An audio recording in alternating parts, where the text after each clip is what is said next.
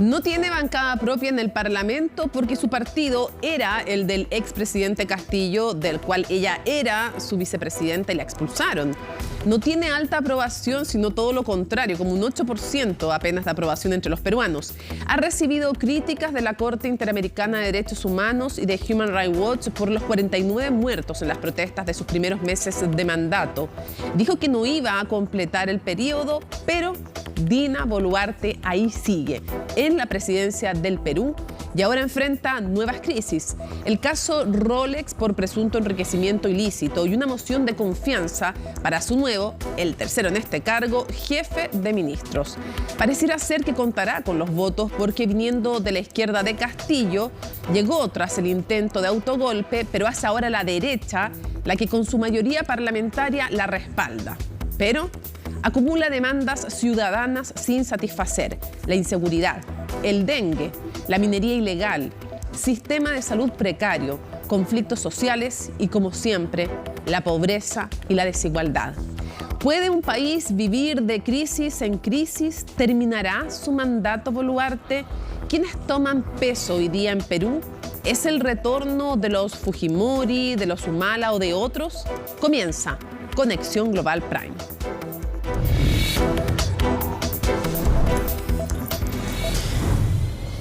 Relojes, enriquecimiento ilícito, ¿qué más hay detrás de este último escándalo, la última crisis de Dina Boluarte? ¿Cómo llegó finalmente al poder? ¿Y cuál es su historia reciente? Nos lo cuenta en su nota Gabriel Palma. República, señora Dina Silvia Boluarte Segarra. El gobierno peruano atraviesa nuevamente tiempos difíciles, cuestionamientos, una aprobación de tan solo el 8%, renuncia de ministros y una investigación en contra de la presidenta Dina Boluarte.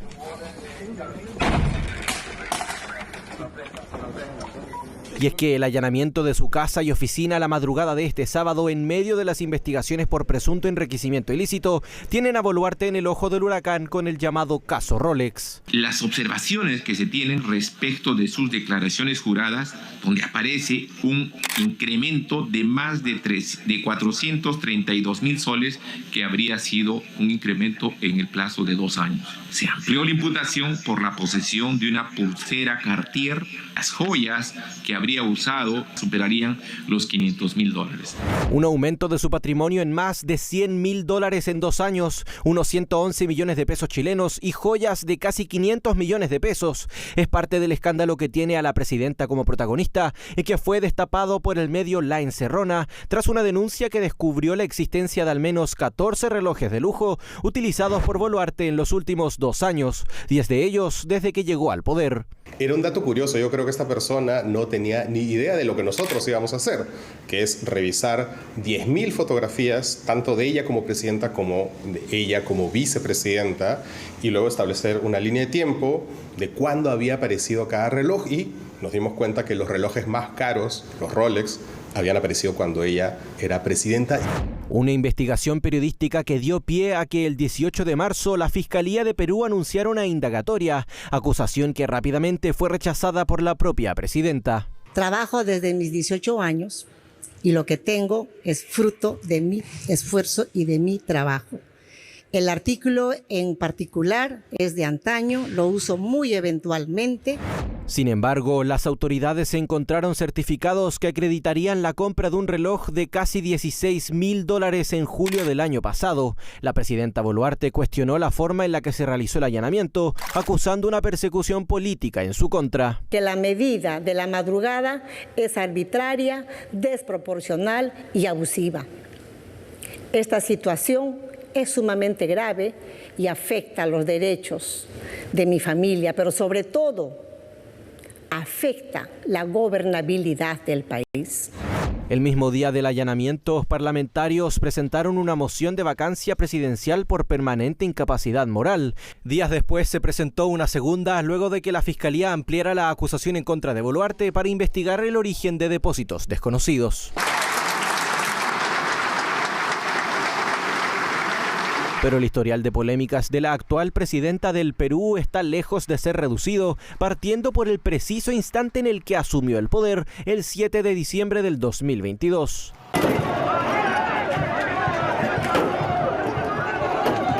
Y es que tras la grave crisis política y social por la que atravesaba Perú y el intento de autogolpe por parte del entonces mandatario Pedro Castillo, Boluarte fue ratificada como presidenta constitucional luego de la declaración de vacancia por incapacidad moral de Castillo. En ese entonces prometió adelantar las elecciones generales para abril del 2024.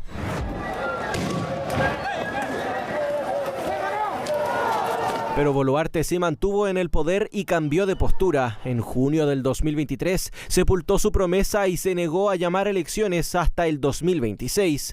Las protestas se radicalizaron. Según cifras de distintas organizaciones, más de 60 peruanos murieron entre diciembre del 2022 y marzo del 2023, valiéndole a la mandataria una denuncia por homicidio. La Dina asesina, ¿por qué no tiene sangre en la cara esa señora? Mi hija jovencita.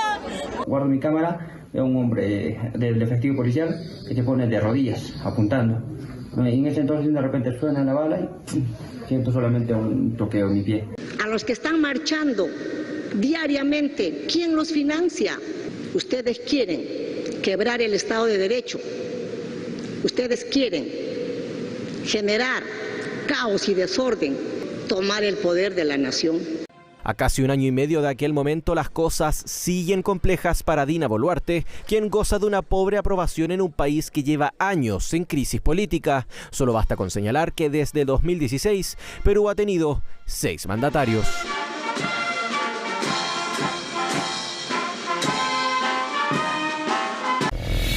Vamos a seguir analizando este tema y comenzamos yéndonos a Perú de inmediato junto a Iván García, periodista, analista político. Iván, qué gusto poder conversar contigo. Mónica, gusto en saludarte también. A ver, quisiera comenzar preguntándote, ya dimos una nota en que resumimos de qué trataba el caso Rolex. Quisiera preguntarte qué importancia le han dado los peruanos a este caso, les ha importado o no, hay hastío o no, considerando que no es la primera vez que un mandatario, en este caso una mandataria, está involucrada en hechos de eventual corrupción. Bueno, sin lugar a dudas, es un tema o caso que ha captado la atención nacional en las últimas semanas. Es un asunto que está desde hace más de 15 días marcando de una u otra manera la agenda política y que evidentemente se agravó en los días previos a Semana Santa, cuando se tuvo conocimiento de que el Ministerio Público había dispuesto allanamiento a la residencia y el despacho presidenciales, lo cual evidentemente le dio un nuevo giro de gravedad a este caso. Sin lugar a dudas, esto está en la atención de la opinión pública. Las encuestas ya han comenzado a medir un poco cuáles son los pareceres y los humores o impresiones ciudadanos respecto de este caso, y eso evidentemente seguirá siendo compulsado por las encuestadoras, por los sondeos de opinión pública, y seguirá confirmando de que este es un tema que está en la primera línea de las preocupaciones y de los intereses ciudadanos, ¿no? Y desde tu perspectiva, según lo que ves en los sondeos, en la conversación también con otros periodistas, con otros analistas y lo que van diciendo los sondeos, hay dos posibilidades cuando se allanan domicilios presidenciales: o que se cree que la Fiscalía está de alguna manera no respetando la figura presidencial y la investidura, o bien al contrario, que lo que estamos viendo es la igualdad ante la ley, que todos tienen que ser tratados de igual manera. ¿Cómo se ha tomado el allanamiento de la casa de Dina Boluarte?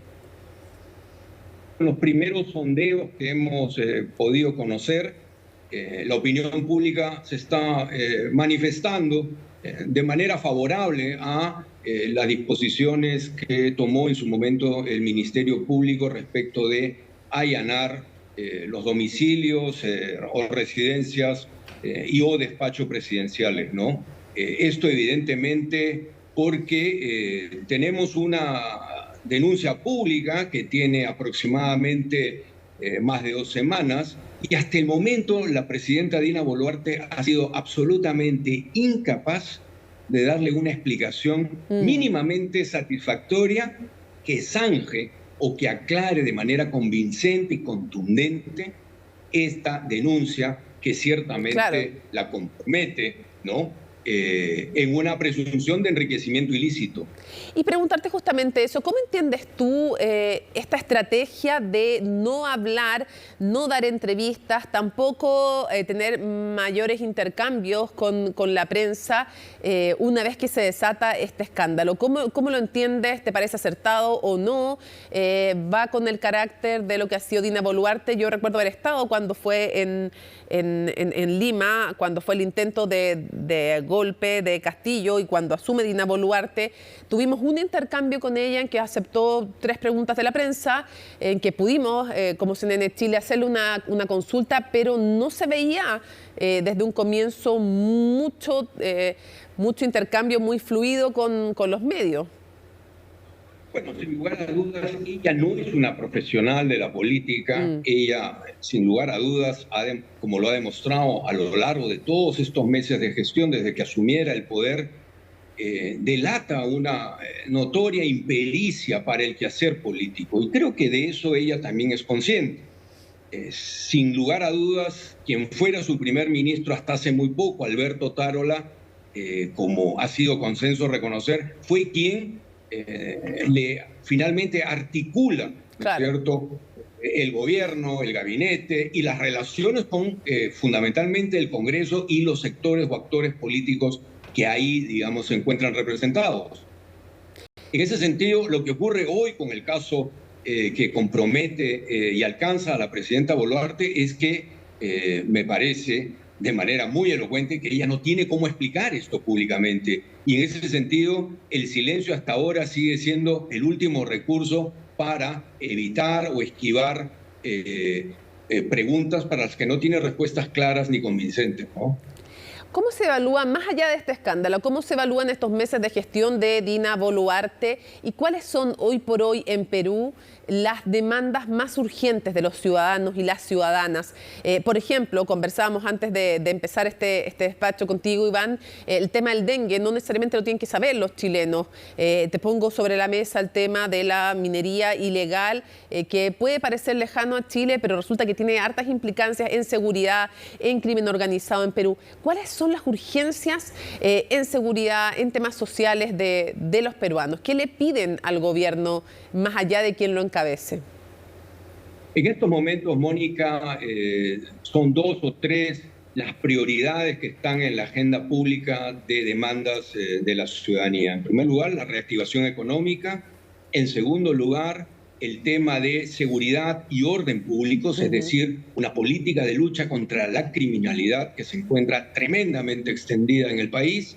Y en tercer lugar, el tema de lucha contra la corrupción. Me parece que estos son los 3 puntos fundamentales de la agenda de demandas ciudadanas que hoy día el país le está reclamando al gobierno. Y hay que decir en ese sentido de que son asignaturas en las que hasta el momento el gobierno no viene aprobando en términos de gestión o de políticas públicas estas temáticas, estas materias en las que sin lugar a dudas hasta ahora hemos visto más reveses que aciertos en lo que va de la gestión de Dina Boluarte, ¿no?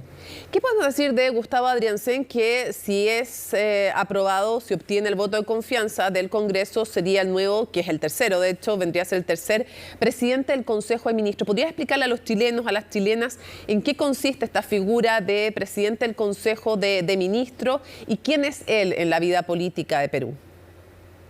Bueno, el presidente del Consejo de Ministros, primer ministro, premier, es en buena cuenta el segundo de a bordo en el Poder Ejecutivo. Es la persona que tiene a su cargo el proponerle al presidente de la República, cuando es convocado por él, la formación de el Consejo de Ministros, que integrarán 18 personas que ocuparán respectivamente distintas carteras ministeriales, ¿no? Entonces, el presidente del Consejo de Ministros es el hombre que tiene en buena cuenta la función y la misión de organizar políticamente el Ejecutivo de la mano con el presidente y es el primer vocero, digamos, autorizado de la gestión de gobierno. Y lo que ocurre en Perú, de acuerdo a la Constitución, tradición además constitucional peruana, que cuando se designa a un nuevo primer ministro, a un nuevo jefe de gabinete, este tiene que comparecer ante el Pleno Parlamentario para solicitarle, ¿no?, al Congreso el voto de confianza o el voto de investidura sobre la política general de gobierno que expone o presenta, que es lo que ocurrió el día de hoy en la jornada parlamentaria que aún no acaba en el Parlamento peruano. Y evidentemente el desenlace puede ser básicamente el de una votación en verde o favorable, extendiéndole la confianza, o una votación en rojo, negativa, negándosela. Si ocurriera esto último, evidentemente el gabinete cae, el gabinete queda sin la investidura, sin la confianza del Congreso, y el presidente entonces se ve forzado constitucionalmente a convocar a un nuevo primer ministro para conformar un nuevo gabinete. Ahora, Gustavo Andriasen, ¿quién es? De él sabemos, entre otras cosas, Iván, que es un hombre que respecto de las 49 muertes que se dan en el contexto de las protestas cuando comienza el mandato de Dina Boluarte, la verdad es que él es muy duro con las familias y dicen que son ellos los responsables de estas muertes. Es decir, que al menos respecto de ese tema va a tener un manejo que no va a ser fácil. Pero ¿quién es él en la vida política de Perú? Y para ir cerrando, ¿qué crees tú que proyecta este nuevo gabinete? Porque al parecer, por lo que se ha visto en el debate de hoy, hay cuestionamientos, hay preguntas, hay peticiones de los parlamentarios al gobierno, pero pareciera que va a conseguir los votos. Bueno, Mónica, con relación a tus preguntas, en primer lugar, Gustavo Andriasen es un abogado, no es nuevo en política, tiene millaje, tiene recorrido, al igual que su predecesor Alberto Otárola.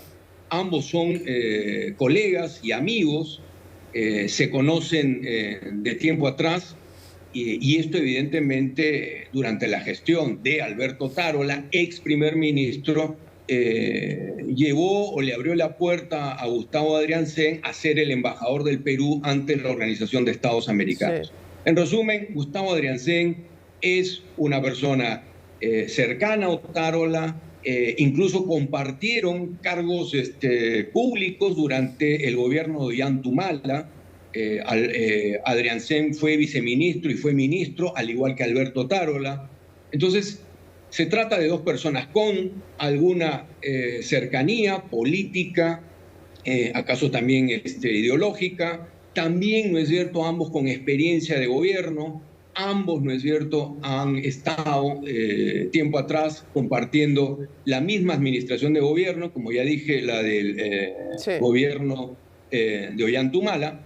Y hoy día, pues, lo que tenemos en el Perú en estos momentos es una crisis política de proporciones que se desata alrededor de una denuncia grave que compromete la integridad de la presidencia de la República, en concreto de Dina Boluarte.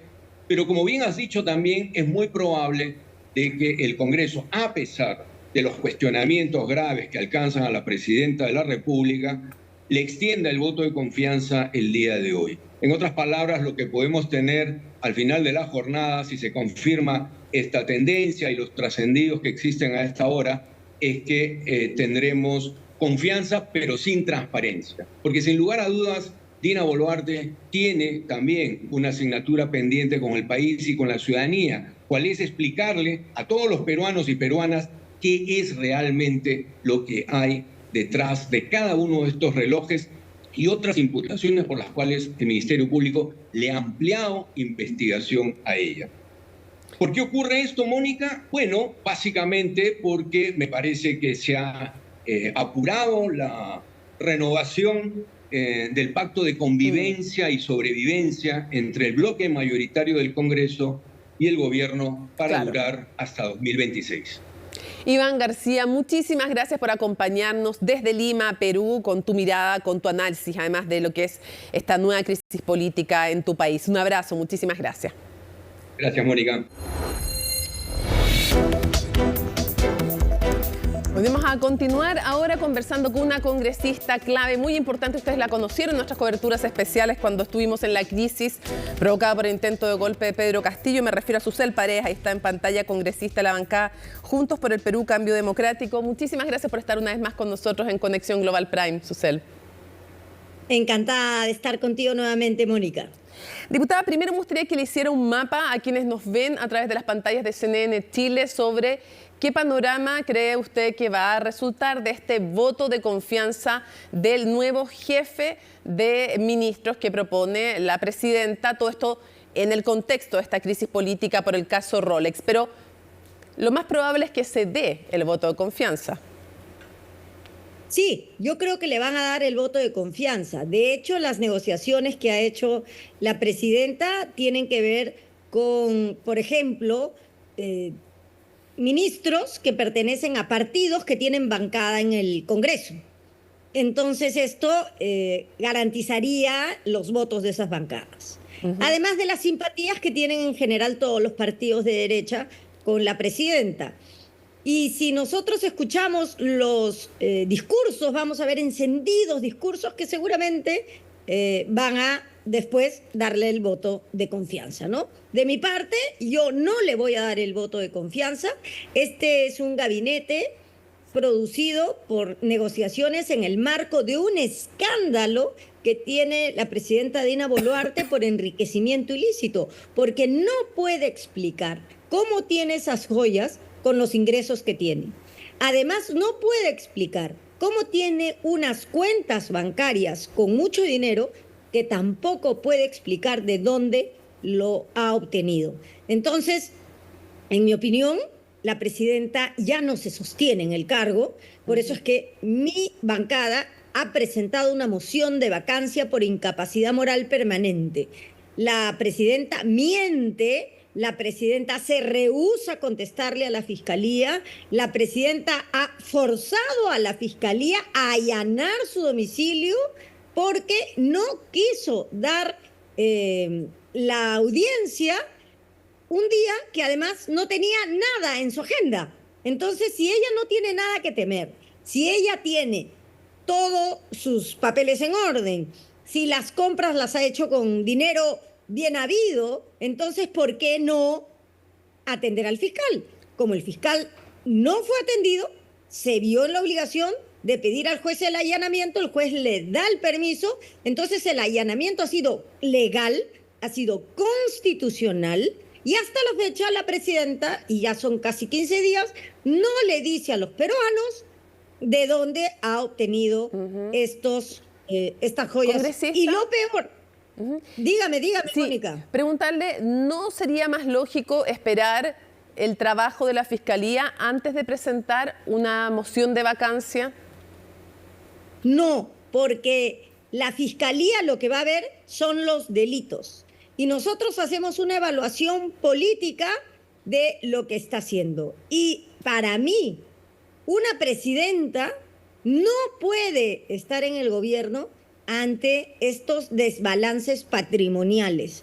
Pero además hay desembolsos que se han hecho a regiones con gobernadores regionales, aquí estamos divididos por regiones, a gobernadores regionales, por ejemplo, 100 millones para un estadio de fútbol, ¿no? Y ese gobernador justo es uno de los que se presume que le ha regalado uno de los Rolex. Entonces, esta situación es muy complicada. Aquí se hacen los desembolsos del Ministerio de Economía a las regiones, no de acuerdo a las prioridades de la población, sino de acuerdo a los arreglos que está haciendo la presidenta. Y eso me parecería gravísimo. ¿Cuál es la opinión política que tiene usted del nuevo, bueno, todavía no lo es, pero que podría ser el nuevo presidente del Consejo de Ministros? Muy mala. Para empezar, él ha sido nuestro representante ante la OEA y él ha acusado a las víctimas de las masacres que ha realizado el gobierno de Dina Boluarte como los violentistas. Mire, hay 49 ejecuciones extrajudiciales prácticamente probadas. Se ve a los soldados disparando. Las autopsias dicen, las necropsias dicen que las balas que los mataron eran balas de agentes del Estado contra civiles desarmados. además de los 80 muertos que se produjeron en las protestas. Y esto es inadmisible. Ella todavía no responde por esas muertes, no se repara a las víctimas y en general no se les hace justicia. Entonces, este régimen está teñido de sangre, este régimen se sostiene sobre las alianzas de la mayoría congresal que sabe que si vacamos a la presidencia se tienen que llamar inmediatamente a elecciones y los congresistas no se quieren ir. Ahora, yo quisiera preguntarle, congresista, cuando se dio la crisis política por el intento de golpe de Pedro Castillo, quien asume, porque era su vicepresidenta, asume constitucionalmente la presidenta Boluarte, pero ella dice que no va a completar el periodo y que va a adelantar elecciones. ¿Cómo ha ido eso cambiando hasta el día de hoy? Bueno, ella ha ido cambiando su discurso porque unos días después dice, yo voy a gobernar hasta julio del 2026, cuando una mayoría le decía, ¿por qué no haces un gobierno de transición y ordenas todo para hacer unas nuevas elecciones? Ella se negó totalmente y tenía el apoyo de todas las bancadas de derecha que dijeron, bueno, vamos a apoyarla para recuperar la democracia. Entonces, Dina Boluarte, elegida por un partido de izquierda, porque ella ha sido vicepresidenta del gobierno de Pedro Castillo, ahora está sostenida sobre una mayoría congresal de derecha, que es la que si mueve un dedo, ella se va. Pero como los congresistas no quieren irse, entonces ella no se va a ir. Por eso es una alianza perversa entre la mayoría congresal y la presidenta. Entonces, ¿quién gobierna? ¿Gobierna la presidenta? No, gobierna quien la sostienen en su puesto, en la silla de Palacio de Gobierno. Ellos son los que gobiernan y de hecho ellos son los que han puesto los ministros. Quisiera ir cerrando y preguntándole cuáles son los cambios a su juicio que requiere el sistema político en Perú. Bueno, primero, no castigar las alianzas electorales. En el Perú hoy día hay más o menos 30 partidos inscritos y probablemente lleguen a inscribirse 5 más. Entonces, aquí cuando se hace una alianza es una unión de uno o más partidos inscritos. Cada vez que se une un partido, se sube un 1% a la valla electoral. Entonces, eso tiene que eliminarse para lograr tener un frente democrático que pueda darle cara a esta mayoría de derecha que tiene un pensamiento único, que no soporta las diferencias, que quiere imponer unas ideas de libre mercado donde prácticamente desaparezca el Estado y que va a ahondar las diferencias. Yo creo que la clave está en que se logre tener estas alianzas para poder tener un equilibrio entre unas propuestas de derecha y unas propuestas democráticas de centro izquierda que afirmen nuestra democracia y que reiniciemos la computadora de la democracia en el Perú para por fin volver al camino de la sucesión presidencial que dure un periodo entero. Porque tenemos 7 presidentes en 7 años en un promedio de año por presidente. Susel, quiero agradecerle muchísimo que nos haya acompañado en Conexión Global Prime. Vamos a seguir atentamente cómo deviene esta crisis política, esta nueva crisis política en Perú. Muchísimas gracias por haber conversado con nosotros. Siempre a su disposición, Mónica. Muchas gracias. Vamos a la pausa y al regreso, junto a Carlos Meléndez aquí en el estudio, vamos a analizar cuáles son las fallas estructurales, cuáles son las demandas sociales más importantes en Perú, qué podría sostener a futuro o no el gobierno de la presidenta Boluarte al regreso en Conexión Global Prime. Vamos a hacer rápidamente un resumen ahora que volvemos a Conexión Global Prime de los últimos presidentes para que ustedes recuerden, refresquen la memoria. Desde Alberto Fujimori, que sabemos termina siendo sacado por vacancia, tiene 2 periodos, puede hacer esa repostulación porque cambian la Constitución. Recordemos que la reforma constitucional de 1993 le permite entonces reelegirse y termina renunciando desde la distancia, de hecho desde Japón. No le acepta la renuncia al Congreso y lo saca por incapacidad moral, ocupando esta figura que se llama vacancia. En ese momento se entendió por muy justificada, pero es una forma de sacar al presidente del poder que tiene el Congreso, está en la Constitución, pero que ha sido ocupada bien laxamente a lo largo de la historia peruana. Pero en fin, le sucede entonces, no vía elecciones, sino en medio de esta emergencia, Valentín Paniagua, que convocó a elecciones haciendo uso de la sucesión constitucional, fue electo por el Congreso, convoca elecciones y entonces llega al poder Alejandro Toledo. Alejandro Toledo completó su periodo, fue electo democráticamente, tiene acusaciones por temas de corrupción, como todos salvo uno de los que han pasado por la presidencia, sean electos o sean por sucesión constitucional en medio de una emergencia, una crisis política, todos salvo uno, que es Sagasti, han tenido o están teniendo problemas con la justicia. Bueno, Alan García vuelve al poder desde 2006 hasta el 2011, completa su periodo y se va también en medio de escándalos de corrupción. Pasamos a Ollanta Humala. Ojo, aquí ya vamos a ver que otro Humala tiene posibilidades de llegar a la presidencia. El etnocacerismo, que comienza con el padre de los Humalas, sigue dando mucho que hablar y podría darlo en las próximas elecciones, pero lo vamos a ver más adelante justamente con Carlos Meléndez. Gobierna entonces entre el 2011 y el 2016, completó el periodo. Sabemos que es un ex militar, es un oficial de este partido político nacionalista peruano que derrotó, ojo, a Keiko Fujimori en segunda vuelta, involucrado en temas también en la justicia del caso Lavallato. Volvamos a empezar esta línea de tiempo entonces para que les contemos entonces qué pasó después. Después de Ollanta Humala, ahí viene PPK, Pedro Pablo Kuczynski, electo democráticamente, pero renuncia antes de que lo saquen por vacancia, antes de que se llevara a cabo la votación, no tenía los votos y lo sucede entonces el primer vicepresidente electo por el Congreso, lo ratifica el Congreso, Martín Vizcarra, pero nuevamente entonces lo sacan a él también de nuevo usando la vacancia. Esto porque se le acusa de incapacidad moral por presuntos actos de corrupción, no mientras era presidente, sino del pasado suyo cuando era gobernador, de hecho, de Moquegua. Sigue entonces la sucesión y llega al poder Manuel Merino, electo por el Congreso. Se supone que hay toda una discusión aquí porque la gente sale a las calles, porque lo sacan por vacancia, pero la gente siente en las calles que más allá de Martín Vizcarra, lo que había querido el Congreso era hacerse con el poder y por lo tanto hay protestas muy violentas, hay 2 muertes de 2 jóvenes y por eso dura solamente desde el 10 de noviembre del 2020 hasta el 15 de noviembre y es obligado por estas protestas, esta crisis social, Manuel Merino a dejar al poder.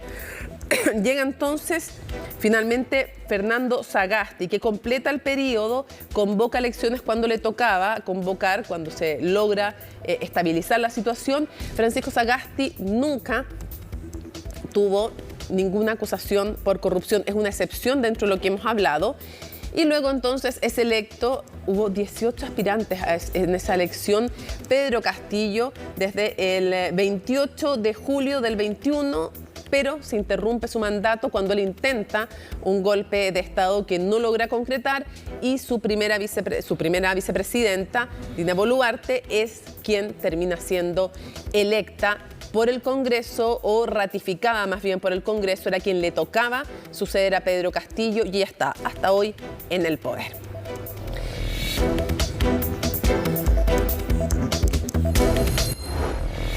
Bueno, y para seguir analizando este tema de manera estructural, nos encontramos con uno de nuestros panelistas favoritos, con Carlos Meléndez. Muchísimas gracias, Carlos, por estar con nosotros. Muchas gracias, Mónica, con gusto, en como Conexión siempre. Global Prime. Profesor asociado a la UDP y además investigador del COES. Quisiera primero preguntarte algo más genérico sobre Dina Boluarte. ¿Cómo describirías tú un liderazgo que al comienzo muchos pudieron decir, no, que va a durar un par de semanas, y ahí está, firme a pesar de todas las predicciones iniciales? Sí, sin lugar a dudas es excepcional que Dina Boluarte se mantenga en el poder. sería mucho más excepcional que llegue a terminar el mandato hasta el año 2026. Y eso es básicamente porque ha logrado apoyos en el Congreso. La llave de la estabilidad política en el Perú tiene que ver con los votos que tienen los grupos parlamentarios para apoyar a quien está en el Ejecutivo. O votarlo. O votarlo, exactamente. Claro. Y en este caso, a pesar de que Dina Boluarte no tiene partido, no tiene aprobación, no es alguien popular, sin embargo, garantiza que la correlación de fuerzas que está en el Parlamento se mantenga ahí hasta el año 2026. Más que mantener a Dina Boluarte, se están manteniendo las bancadas en el Congreso. Ese es un buen punto. Pero ¿cómo la definimos a ella como líder? Creo que el líder es una... ¿O le queda grande, dices tú? Le queda muy grande el término. No, pero me refiero a su manera. Puede ser un liderazgo, por ejemplo, que ocupa, no sé, liderazgo que ocupa talentos de otros para articular, pero digamos, ella está a la cabeza igual. O un liderazgo que es manejado, o no sé, ¿cómo lo ves tú? Es alguien, también es una amateur política, muy similar al caso de Pedro Castillo, que también era un amateur político. Era la primera vez que llegaban desde la política provinciana, por decirlo de un modo, a la máxima representación a nivel del Estado. Sin embargo, en el caso de Dina Boluarte, se apoyó muchísimo en un primer ministro, en el presidente del Consejo de Ministros, que era Alberto Otárola. Digamos, su liderazgo, si es que puede llamarse así, recayó en la idea de apoyarse en alguien que sea su principal operador político, porque ella, ante la inexperiencia que tiene, carecía de esas habilidades. Y era básicamente Alberto Otárola quien sostuvo el gobierno en el año y medio que estuvo en la presidencia del Consejo de Ministros. Algunos vaticinan que va a seguir en la sombra. Difícil. En cualquier lado, creo que si alguien se retira de su oficina, ya deja de tener el margen de maniobras, de contactos y de llamadas telefónicas en el Parlamento. Entonces, lo que estamos viviendo hoy en día, en realidad, es justamente la crisis política se debe sobre todo a la ausencia de alguien como Alberto Otárola en la presidencia del Consejo de Ministros. Su sucesor, Gustavo Adriancén, a pesar de ser alguien cercano políticamente a Otárola, no tiene pues las habilidades no solamente para operar políticamente con el Congreso, sino para construir una narrativa política. Acá lo que tenemos es una presidenta ante un escándalo que pudo haber sido menor en sus inicios, pero que a falta de una respuesta articulada, sensata, armonizada, es que vemos que como una bola de nieve va escalando este nivel. Ahora, ¿qué es lo que ocurre? Si lo extraño es que normalmente en las crisis políticas es de manual, que si no reaccionas de inmediato, la crisis no desaparece. O sea, el elefante está ahí, va a seguir estando. No es que haces como que no lo ves y desaparece. No es así. Porque no es como el humo. En general las crisis son sólidas, dicen algunos cientistas políticos. No son humo, a menos que sean realmente falsas, e incluso así, muchas veces una crisis falsa se transforma en algo más concreto. Pero en este caso, cuando hay una razón justificada o no, depende si eres partidario o no de Dina Boluarte, la cosa se queda. ¿A quién, o sea, qué pasa que se les ocurre que con no declarar y decir solo voy a hablar ante la Fiscalía, esto va a amainar? Precisamente por eso digo de que el nivel de amateurismo es alarmante. Es alarmante por ese sentido. Pero si hubieran hablado, Carlos, sí, claro. Y ahí voy a la segunda como pata de esta crisis. Si hubieran hablado, si hubieran reaccionado, si hubieran intentado articular algo, ¿funciona o no funciona? ¿En qué sentido te lo pregunto? ¿Qué tanto le importa o qué tanto está harta la gente en Perú de los escándalos de corrupción? Porque lo hemos visto en casi todos los presidentes, salvo Sagasti, que también tuvo que asumir de emergencia. A él no le han imputado nada, no le han encontrado nada que tenga que ver con corrupción, por eso hago la diferencia. Pero en general todos los mandatarios, independiente de cómo hayan llegado, terminan con algún tema de corrupción en Perú, ante la justicia. ¿A la gente le importa? ¿Está harta? ¿No está harta? ¿Hubiera funcionado tratar de articular una respuesta? Una respuesta de cualquier manera funciona, por lo menos para poder mantener un núcleo duro. O sea, todos los liderazgos que han pasado por acusaciones de corrupción han mantenido al menos un tipo de respaldo. O sea, Martín Vizcarra se fue con una popularidad del 48%. Ya se le quisiera mucho hoy día en el continente. Pedro Castillo se fue con una popularidad de 30%.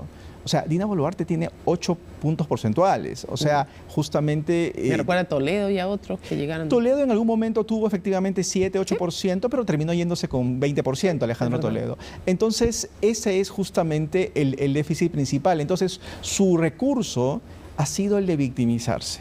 Algo que le funcionó muy bien a Pedro Castillo, por ejemplo. Parte de su discurso era justamente una polarización entre los de arriba, las élites, versus los de abajo. Pero cuando estás apoyada por la élite, victimizarte no te funciona tanto. Y entonces Dina Boluarte optó por victimizarse frente a la prensa.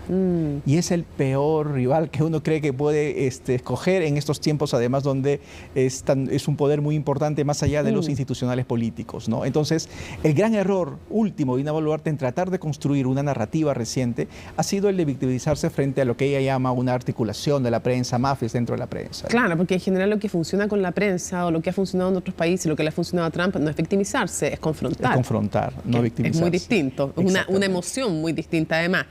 Ahora quiero preguntarte, ¿quiénes son hoy día los apoyos de Dina Boluarte para que se lo expliquemos a quienes nos ven a través de las pantallas de CNN Chile? Porque la verdad es que vimos incluso a Fujimori haciendo vocería y dándole respaldo a Dina Boluarte después de que ella no intentó parar la decisión del Tribunal Constitucional de dejarlo finalmente salir libre, por más que la Corte Interamericana de Derechos Humanos decía, a ver, esto no es regular, aquí hay crímenes de lesa humanidad, no deberían dejarlo libre. No, el no hacer fue un hacer en el caso de Dina Boluarte, que benefició a Fujimori. ¿Cuál es la articulación de fuerzas que la apoyan? Claramente de los partidos de centro derecha hasta la derecha más extrema. Comencemos con la derecha más extrema, que es el alcalde de Lima, Rafael López Aliaga. Él es creo yo, es el principal, hasta a cierto punto, escudero, se le llama en el Perú, de protección al Ejecutivo en múltiples ocasiones, no recientemente en estas crisis, sino en crisis anteriores. Y a cambio el gobierno logra dar ciertas prebendas, no solamente al alcalde de Lima, sino también a otros gobiernos regionales. En ese sentido, otros apoyos importantes que tiene el gobierno son aquellos partidos que tienen gobernadores. ¿Cuáles son esos partidos que tienen gobernadores? Alianza por el Progreso, que tiene una bancada, pero además tiene gobernaciones, dos gobernaciones. Territorial. Exactamente, César Acuña, un magnate de la educación, y Somos Perú, que es una bancada menor, pero que tiene 7 de los 24 gobiernos regionales. Un partido que pasa a veces por debajo del radar, pero está ahí. Y el Fujimorismo. El Fujimorismo obviamente tiene la principal bancada hoy en día en el Congreso, pero ahí funciona más una suerte de cálculo electoral. Y eso es algo que hay que tomar en cuenta, porque se espera que el año 25, empiece el año electoral en julio del 25.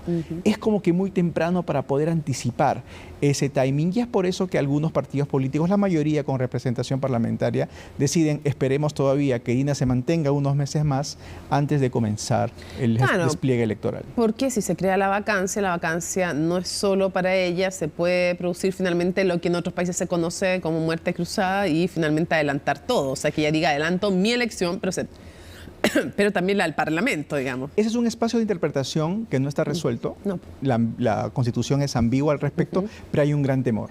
Hay un temor de que al momento de que se abra una elección anticipada, se muevan todas las fichas de tal manera, una carambola de billar, por decirlo de un modo, en que tenga que anticiparse una elección general. Ahora, cuando pensamos a futuro, quiero preguntarte dos cosas. Una, ¿cuáles son los temas estructurales que siguen siendo relevantes y no resueltos en Perú? Pero por otro lado, antes, ¿qué liderazgos asoman? Porque la última vez vimos 18 candidatos. Entonces, ¿pero qué liderazgo? ¿Qué pasa, por ejemplo, qué pasa con Humala? ¿Qué pasa también con los Fujimori, que estaban peleados los dos hermanos? ¿Quiénes son? El alcalde de Lima, ¿quiénes son los liderazgos que podrían disputar una presidencial? Dina Boluarte, ¿se acabó su posibilidad? ¿Qué ves tú? El problema estructural hoy día en la opinión pública peruana es la polarización. Es una polarización de la sociedad, es una polarización de las élites, como suele ser más acá en Chile, por ejemplo. Es una polarización de los extremos. Los extremos tienen una representación entre el 10 y el 15% cada extremo de izquierda o de derecha. Pero uno diría, eso es poco, un 10 o un 15% es poco, pero en un escenario de alta fragmentación, como es el escenario peruano, con 15% estás en una segunda vuelta. Por supuesto, claro. No necesitas más que eso. Y si tienes 26 partidos políticos hoy inscritos, podrían llegar a más de 30, ese escenario de fragmentación y polarización se radicaliza. ¿Y qué es lo que tenemos? No tenemos grandes liderazgos, sino tenemos mini candidatos. Candidatos que aspiran, en el mejor de los casos, a tener ese 10 o un 15%. ¿Por qué? Porque sus cálculos no necesito ir a alianzas para pasar a una segunda vuelta.